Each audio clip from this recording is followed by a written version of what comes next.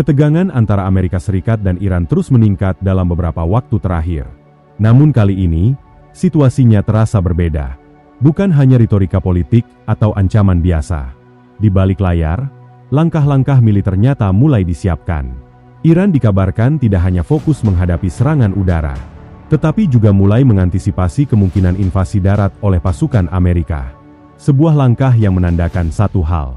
Konflik ini bisa naik ke level yang jauh lebih serius.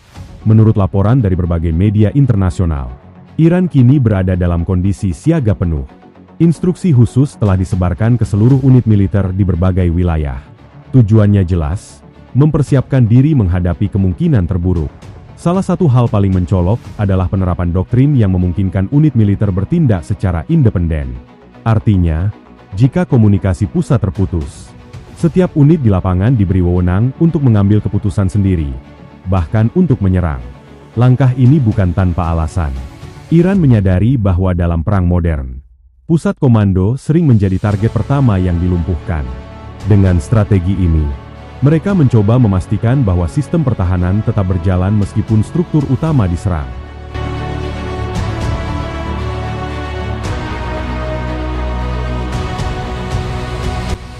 Para analis militer menilai, skenario konflik kali ini sangat berbeda dibanding sebelumnya. Invasi darat skala penuh ke Iran memang dianggap kecil kemungkinannya. Namun operasi terbatas di wilayah strategis justru dinilai sangat mungkin terjadi. Salah satu titik yang menjadi perhatian adalah kawasan Selat Hormuz. Wilayah ini merupakan jalur vital bagi perdagangan minyak dunia. Menguasai area ini berarti memiliki pengaruh besar terhadap ekonomi global. Dan disinilah potensi konflik bisa berubah menjadi krisis internasional. Namun tekanan yang dihadapi Iran tidak hanya datang dari luar.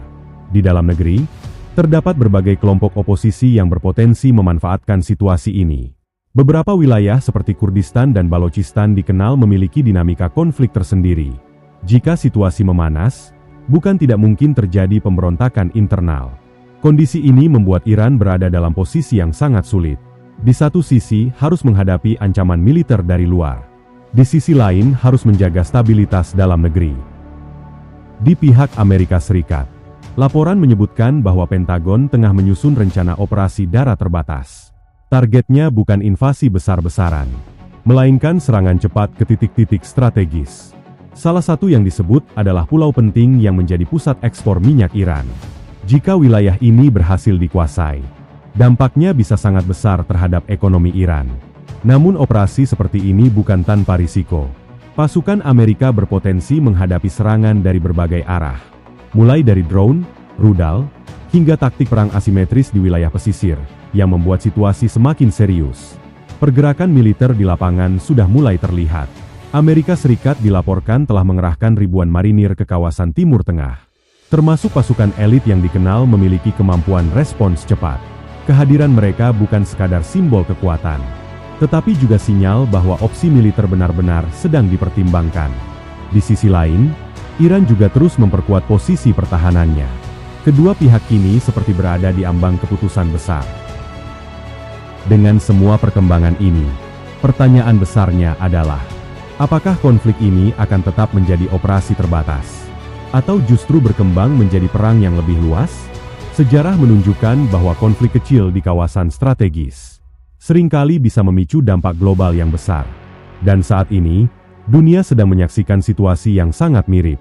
Apapun yang terjadi selanjutnya, satu hal yang pasti, ketegangan antara Amerika Serikat dan Iran belum akan mereda dalam waktu dekat.